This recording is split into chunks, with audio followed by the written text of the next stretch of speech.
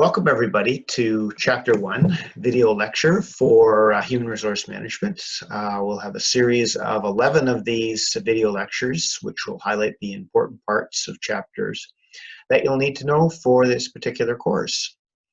So the first chapter deals with strategies, intents, and opportunities for HRM, or it's just basically an overview. This is what HRM is, or Human Resource Management, and the rest of the chapters will go into more detail. So let's jump right into it. One of the features we're going to have in these presentations is the key idea. And the key idea is basically the one overriding thing I really want you to take out of the course, or sorry, out of the particular chapter is the key idea. So for the first chapter, the key idea is really what all HRM or Human Resource Management is about. So if we read it here, is Human Resource Management deals with processes and activities that convert worker action into productive activity for the organization. So basically what we're saying is the key idea is Human Resource Management deals with managing human resources or your people. And yeah, it really is just as simple as that, how you manage your people to create value.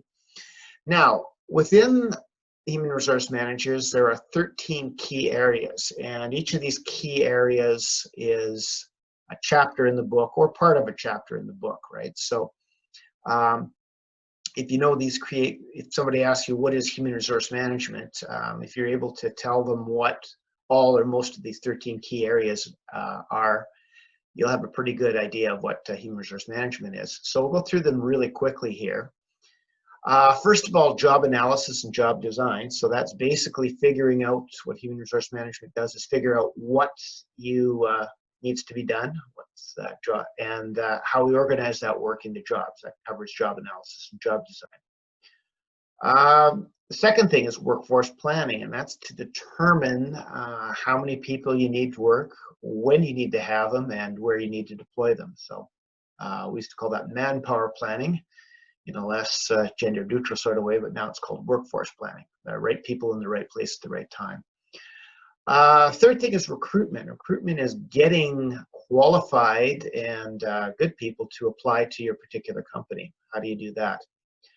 Once you've done recruitment, the next stage is selection, and that's figuring out which one or ones of these people who've applied to your company are the best ones. That's the whole selection process, interviewing, things like that. Once you've hired people, you get into orientation, training, and development. Basically, your people have to learn things in order to be able to do their job or future jobs. So that's the whole realm of orientation, training, and development. At some point, once the people have been there for a while, you have to evaluate their performance, and that's where you get into performance management. So performance management answers the question, did they do a good job? Did they not do a good job? And if they did a good or bad job, what are the consequences for that? Did they get a raise? Did they require more training? Do we need to get rid of them? So that's performance management. Total rewards is something we called back in the old days compensation and benefits. Compensation is basically how much we're going to pay or what level we're going to pay people at. Benefits, if we want to include things like a dental plan or employee discounts, things like that. That's the whole idea of benefits. And then other rewards are things that are less tangible, I guess. An example of another reward might be whether or not your employer allows you to work from home some days, or whether you can use a flex time towards your hours. Okay, so anything that people value and in exchange for their labor, that's the whole idea of total rewards. Employee and labor relations, the key word there is relations or relationship. What's your relationship like with your employees? When we get into labor relations, it goes a little bit further because that gets into the whole realm of union and management. And once you have a union in your workplace, or if you have a union in your workplace, there's a whole other set of rules and processes that you need to do as well. HR policy. What a policy is really a guideline that helps you define actions. So for an example, your company might have a policy where employees aren't allowed to use Facebook while they're at work. All right, so your company might have a policy where it's trying to encourage diversity, which is making sure that there are people of color or people of different genders. So basically that your workforce profiles the population that your business is in. So that would be known as a diversity policy. So HR is charged with coming up with that. What you're doing a lot of these HR processes, you get into, it creates a lot of data, and this data needs to be accessed at some time. So that's where you get into HR information systems. So a good example would be your payroll system for that. Another system might be when people apply to your company and send them your resume, you've got to be able to catalog those resumes somehow. So that's the whole idea of HR information systems. Legal compliance, there's many different laws that apply to HR, and it's important that a company obey the law, you know, for many reasons.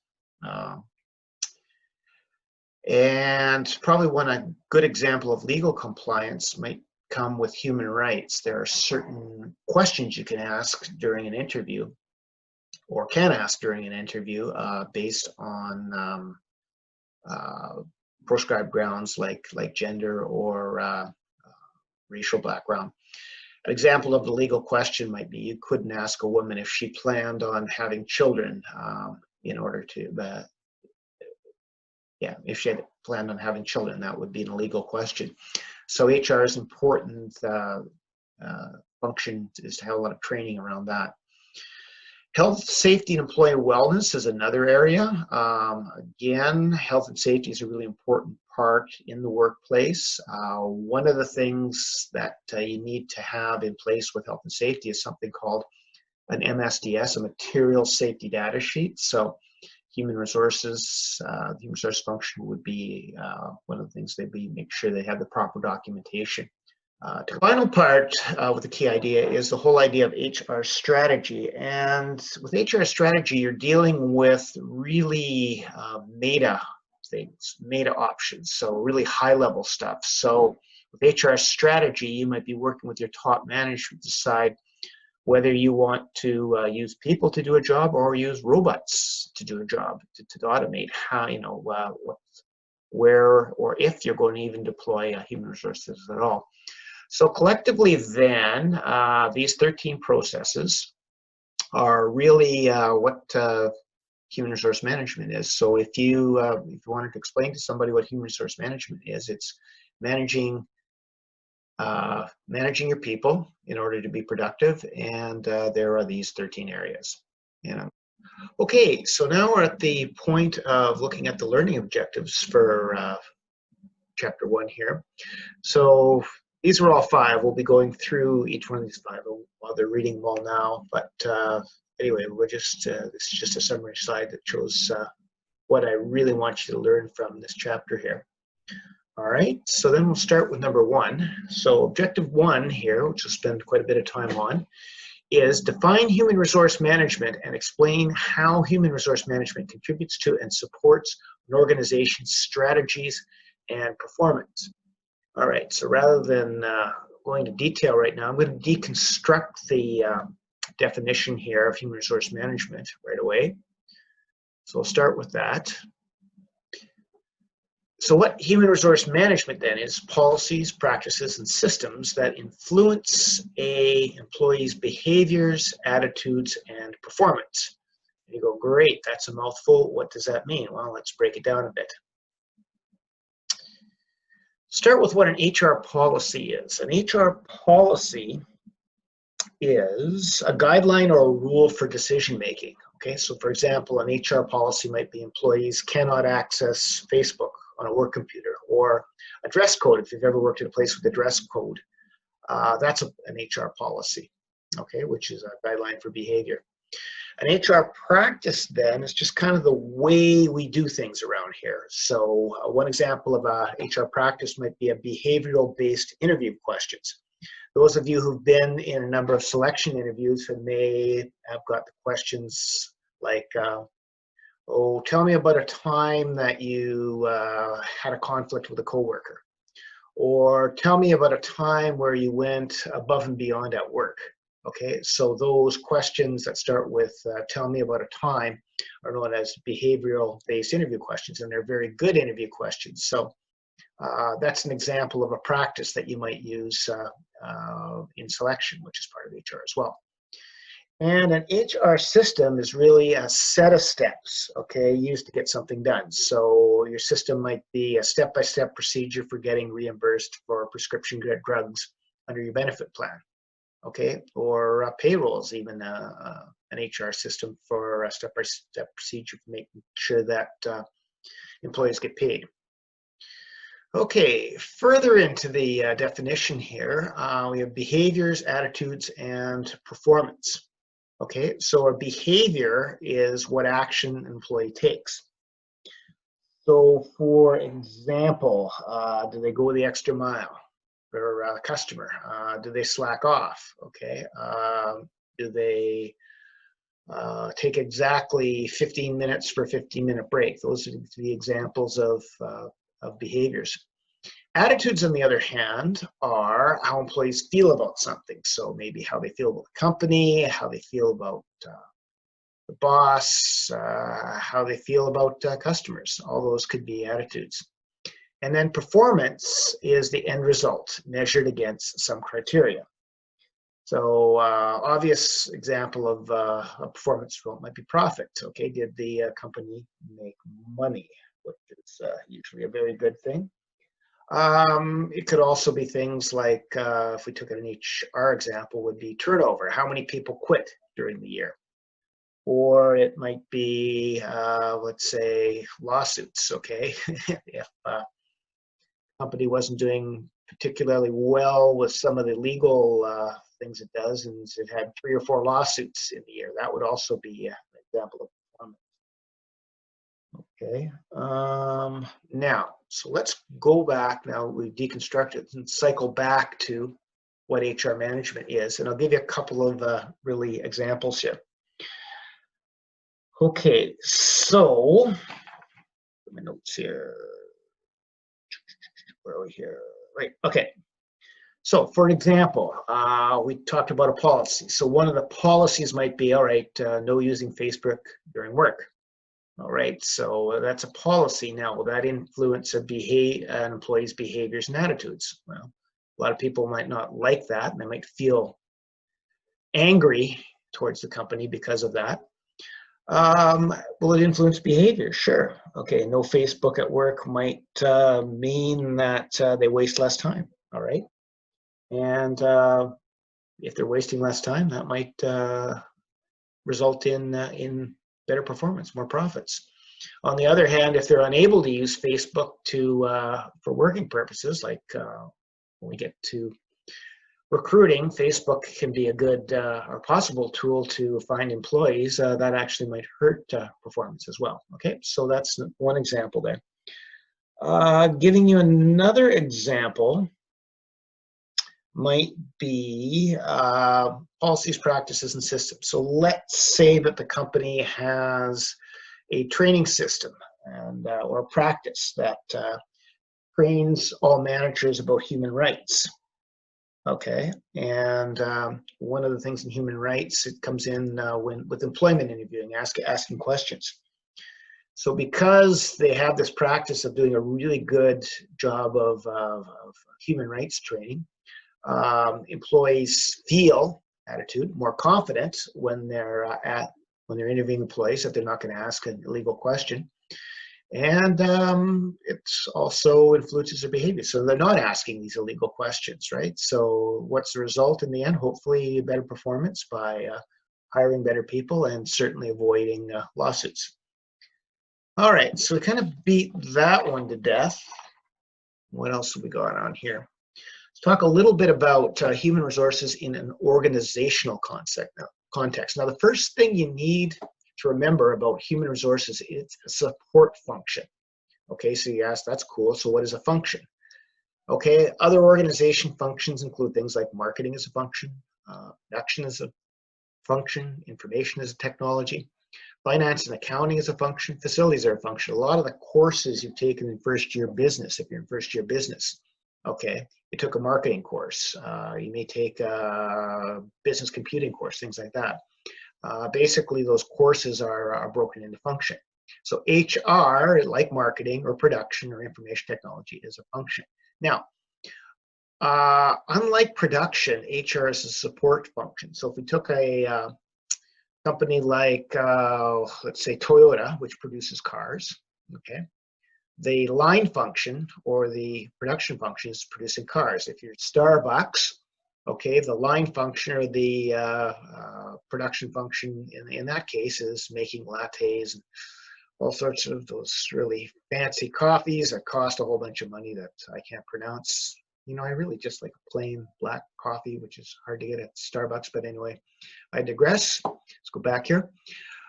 So those are a line function. Now, HR is not the people who are making the lattes or not the people who are producing cars. They support the people who make the lattes or support the people who make the cars, right? So by providing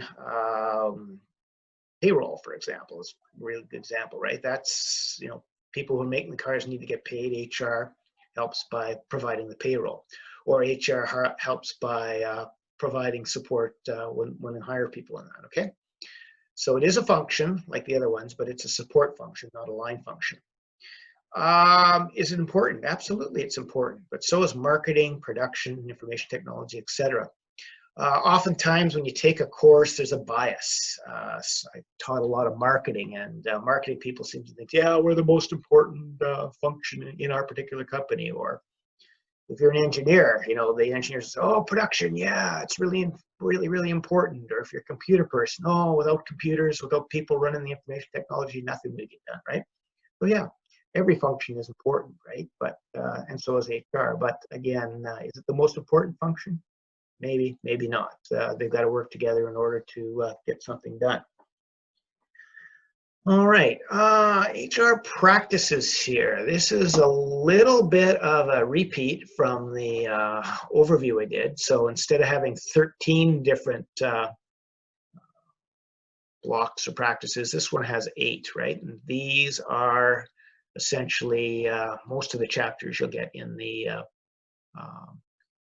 course here, right? So again, going over quickly, an HR practice would be job analysis, okay? So job analysis is figuring out the work that needs to be done and putting it into jobs. Workforce planning, again, make sure you have the right amount of people in the right place at the right time. Recruiting, again, in order to attracting people to apply to the company who are qualified. Selection, being choosing the right people. Whoops. Choosing the right people. Training, learning, and development. Again, making sure they learn stuff, okay, and different ways of learning stuff. That's part of their job. Performance management, the whole idea of setting goals, seeing if they meet those goals, and then consequences if they did or did not meet the goals. Maybe they get a promotion, maybe they get fired. Total rewards, again, compensation, benefits, and other. And the final one of these 8 is employee and labor relations. Again, emphasizing the relationship, which is really important, particularly when you have a union, which is usually called labor relations. Okay, so these practices then will impact performance. Okay, so I guess the bottom here, effective HR practice, tactics and strategy lead to better company performance. If I do a good job doing these things, I'm going to make more profits. I'm going to have less lawsuits. I'm going to have, yeah, just a generally better place to work. Hope that makes sense. Okay, why are people so valuable? Okay. Couple things here. First of all, HR has traditionally been viewed as an expense. Okay, which means that, yeah, we have to have HR people because we need to get people paid, so we have to have people in payroll, or we need HR because, yeah, we have to hire people. So again, we've, it's sort of an expense that we have to do, but okay, we tolerate it because, we need these things done in order to make cars or make lattes. More modern view, though, is HR is a source of value rather than just expense. So they can go beyond just sort of pushing the paper and actually give good advice. Okay, suggest that, hey, maybe we do need a new program on how to train managers with human rights. Okay, or even more so is, hey, maybe we can think of outsourcing, or I'll talk about that in a little bit, outsourcing some of the functions rather than having employees do the functions. Okay, so customer service, maybe outsourcing that to the Philippines, things like that. Okay, the more modern view is of HR is going beyond just being the people who process transaction, push the paper, into actually people who are able to give advice and kind of move the company forward in some meaningful way. Now, human capital, here's a really interesting concept here, all right? So when we talk about human capital, it's really the sum of an organization's employees in terms of their training, experience, judgment, intelligence, relationships, and insight. That's your human capital. So just like your financial capital or production capital, human capital can be a source of competitive advantage. A really good example is you can take two hockey teams. You could take the fantastic Calgary Flames who play in Calgary in the Saddle Dome, and they have wonderful people like Johnny Gaudreau and Sean Monahan, who are just these great hockey players, much better than that subpar team at Edmonton, with the one really good player called Connor McDavid, right? So if I look at the talents that Calgary has versus the talents that Edmonton has, there's a difference in their human capital, okay? In basically in what their training experience and what the people can do. All right, if I took another example, you might take a look at, say, the employees of Royal Bank versus the employees of Toronto Dominion Bank, okay? Who are the more skilled ones, who have the better relationships, who are the most intelligent ones, who have the better insights, right? So human capital, like production capital or having a product capital, having a very good product, that can be a source of what are we looking for here? Source of competitive advantage. All right, let's take a little video break here. This is one of my all-time favorite movies, Napoleon Dynamite, if you've ever seen it. But he has a really interesting take on human capital, which he calls skills. So I'm going to cue this up here. Nobody's going to go out with me. Have you asked anybody yet? No, but who would? I don't even have any good skills. What do you mean? Like nunchuck skills, bow hunting skills, computer hacking skills. Girls only want boyfriends who have great skills. Aren't you pretty good at drawing, like, animals and warriors and stuff? Yes. Probably the best that I know of. Just draw a picture of the girl you want to take out and give it to her for like a gift or something. That's a pretty good idea. Okay, so human capital then is skills, as Napoleon Dynamite put it. Nunchuck skills, computer hacking skills, might be finance skills, might be hockey skills, all right? So the sum total of your employees' skills is really what your human capital is. And what human resource management tries to do in a lot of cases is find that human capital and develop it and retain it and motivate it, okay? All right, so other thing about human resources or human people is they're valuable, rare, cannot be imitated, and there's no good substitutes. And probably the best example I give is back to hockey. So you look at a player like Connor McDavid. Connor McDavid is a once-in-a-generation talent, right? So as good as he is, the Calgary Flames are going to have a really difficult time trying to find somebody to imitate what Connor McDavid can do. Okay, there's really no good substitutes there. Other things can be copied, right? If if Starbucks has a great latte, Tim Hortons can go out and get lattes, right? If Tim Hortons has the lowest price, if Starbucks wanted to do, they could copy the price really quickly, right? Again, locations, they can replicate the same locations that Tim Hortons is doing, right? But when it comes to people, it's more difficult to do that, right? So that's why people, are sometimes said by a lot of business people are most valuable resources, and they can be because they're really difficult to have other people copy. All right, so let's take a look at kind of putting this together, how it works. So called the impact of human resources, right? So you have your human resource management, so you have your policies and your practices and your policies, practices, and the other one I've forgotten, okay? What they do is they help build your human capital, right? Or build your capacity through training, experience, judgment, intelligence, relations, and insight, right? So good hiring will build your human capital. Good training will build your human capital, right? They also work on the behavior, motivation, and the effort. So if you have a good compensation system, if you have a good relationship with the employee relations, right? People should be motivated. So by building those skills, human capital, and motivating people, that should lead to better performance, quality, profitability, and customer experience, right? So that's how you knit all these things together. So the green box, okay, which is HRM, build your blue box, human capital, helps to direct behavior in your red box and results in superior performance in your orange box. All right, that's how we knit everything together. All right, moving on to the next slide, the employee experience. You'll get a lot of buzzwords in this course, and you get a lot of buzzwords, yeah. And one of the sort of buzzwords now is the employment experience, right?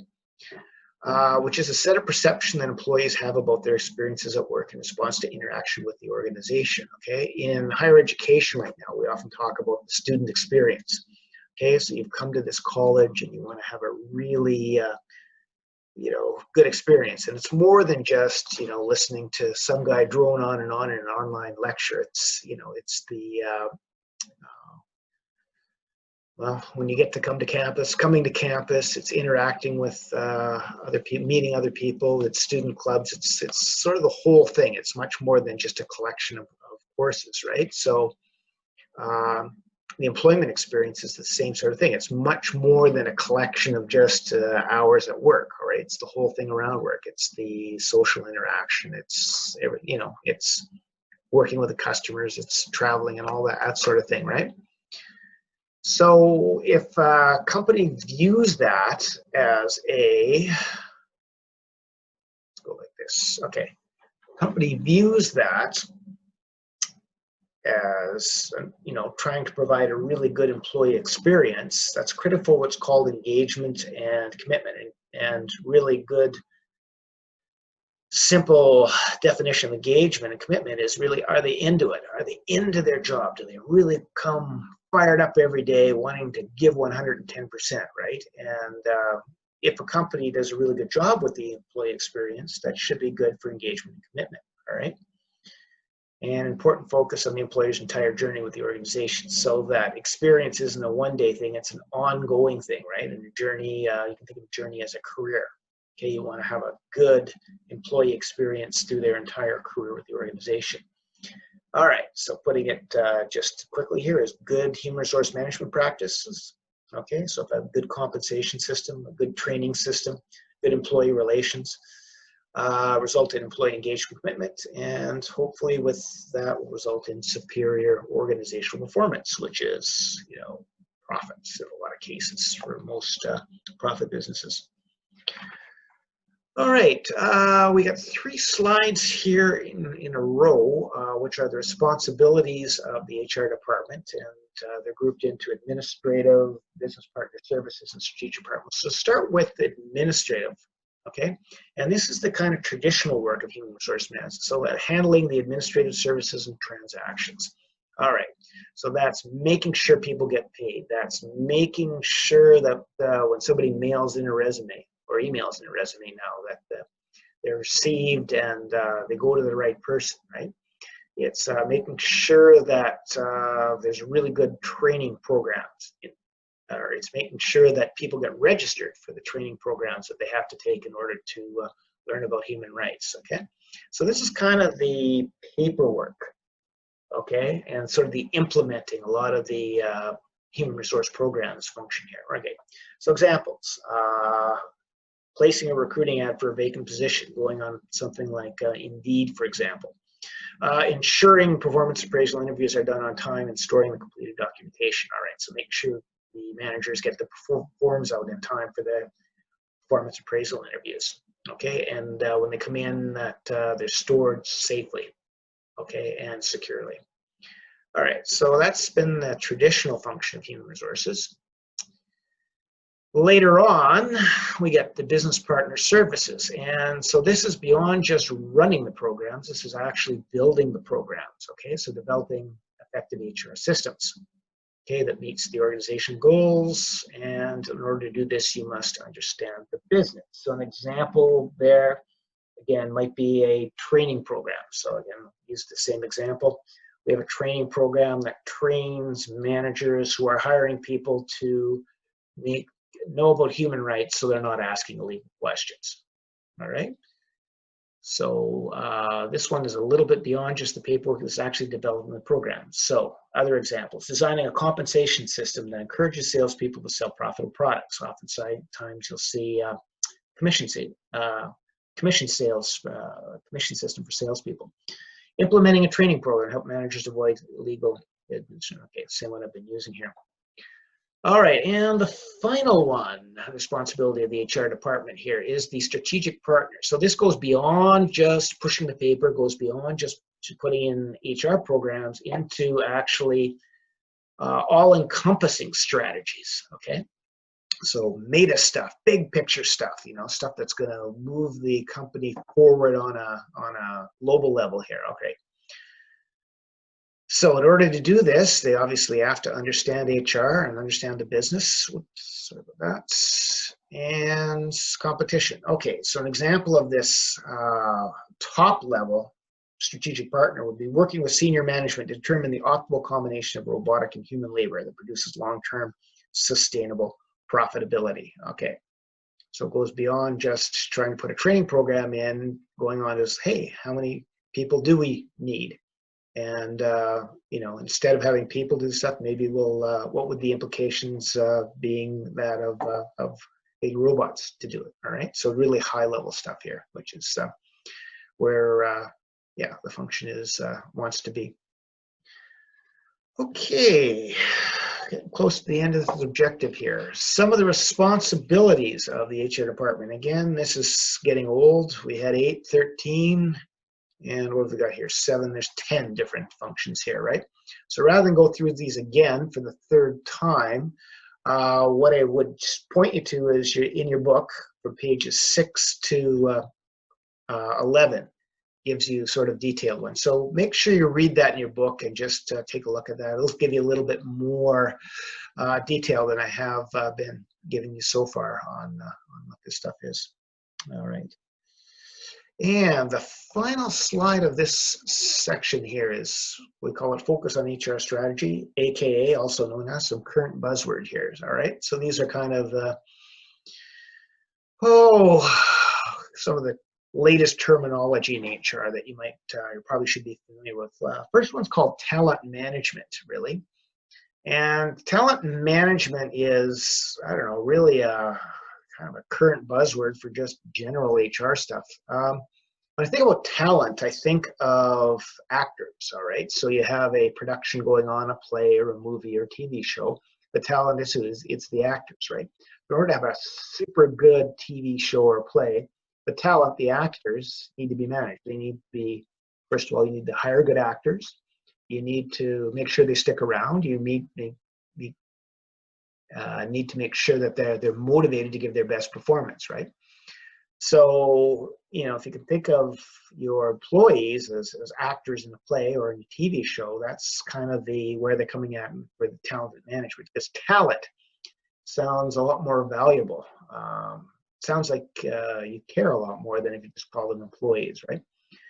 Evidence-based HRM, human resource management, okay? So increasing relies on science or what's called people analytics. So let me just give you an example, right? You might have a old HR guy there who's been there for years, and he believes, okay, that if you hire graduates from the University of Alberta, they're the best graduates ever, right? So, he's been hiring people from the University of Alberta for years, not so much SAIT, not so much Medicine Hat College, not so much University of Calgary. And what evidence-based HRM would say was, well, check this out. So let's see, if in fact all these people that have been hired from University of Alberta are our better employees. Let's actually go back and look, and maybe we find out that people who we hire from the University of Alberta tend to turn over quicker. They tend to stay for 1 or 2 years and then move on, whereas people from other places who other managers hire, they tend to stick around and tend to be more productive. Okay, so that would be an example of if we changed from hiring everybody from the U of A to a more balanced hiring practice. That would be based on evidence, okay, based on what we found out by actually doing some analysis, okay, people analytics. Sustainability and organizational agility. Okay, so sustainability is making sure that practice that we have can be ongoing, and usually sustainability is with green initiatives or something like that, right? So, for example, it's a much more sustainable policy to make sure that we cut down on paper. So all agendas for meetings, for example, are digital now rather than paper. Okay, that would be a lot more sustainable, for the planet, for the company to do that, right? And organizational agility is basically having the ability to change really quickly, right? And one of the areas that you might have a challenge with organizational agility sometimes is with collective agreements, or if you have a union contract, right? So union contracts can get very prescriptive in the way you have to do work, all right? So if you were able to negotiate something where, a given job could do more duties, that would make your organization more agile, all right? So for example, if you're bus drivers, so if your bus drivers, you were able to negotiate that they could also shovel snow if they needed to shovel snow, that would be an example of making your organization more agile.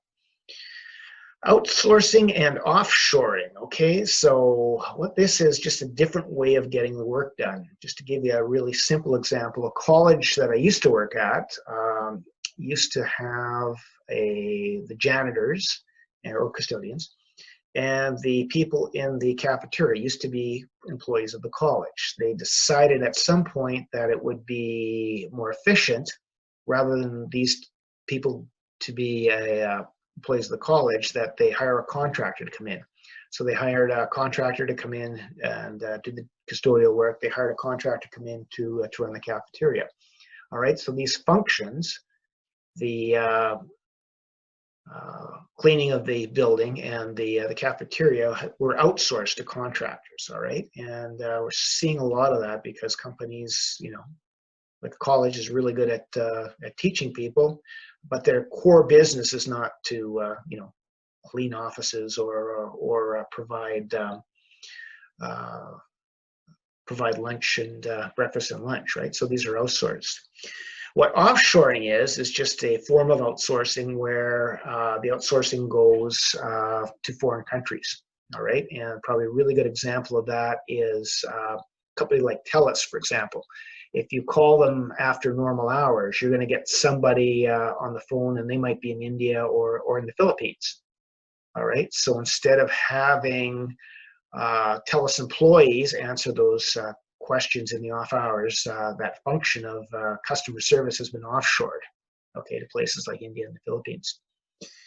And the last one here takes a look at non-traditional employment and the gig economy. So non-traditional employment is basically anything that isn't 9 to 5, Monday to Friday, full-time employment, okay? So that might include contract work, that might include piecework. What else can it be? You know, it might be, almost anything. And the gig economy is just a really takeoff on non-traditional employee. Probably the best example of gig economy is something like Uber or Skip the Dishes. All right, so those people aren't full-time employees of Uber or Skip the Dishes, as they're basically, you know, contractors that work on a sort of piece-by-piece basis, right? So the point about non-traditional employment, gig economy, is that the economy is going towards that. It's very rare, it's increasingly rare that people have 9 to 5, you know, jobs. Quite often, especially for younger people, they might be cobbling together 2 or 3 jobs, okay, in order to make a go of it, right? So you have your main job, and then you have your side hustle or something like that, is right, okay? So these are kind of some buzzwords. Okay, so that was a lot of ground to cover for number 1 there. So let's go back and take a look at that, just kind of quickly to recap this one. Okay, so we wanted to define human resource management, explain how it contributes to strategies and performance. Okay, so human resource management, we talked about being policies, practices, and procedures, right, that influence attitudes and behaviors, all right, and that should result in superior performance. Okay, got that. Now, how does it contribute and support organizational strategy and importance? Well, again, remember that human resource management is a support function as opposed to a line function. Oops. And the way it supports the strategies and performances, well, there were the administrative, like making sure that the recruiting ads get placed, making sure people get paid, coming up with the programs, like a training program, for example, and actually even coming up with bigger strategies, like, you know, whether we should go to robotics as well, right? So collectively, that pretty much does the first objective.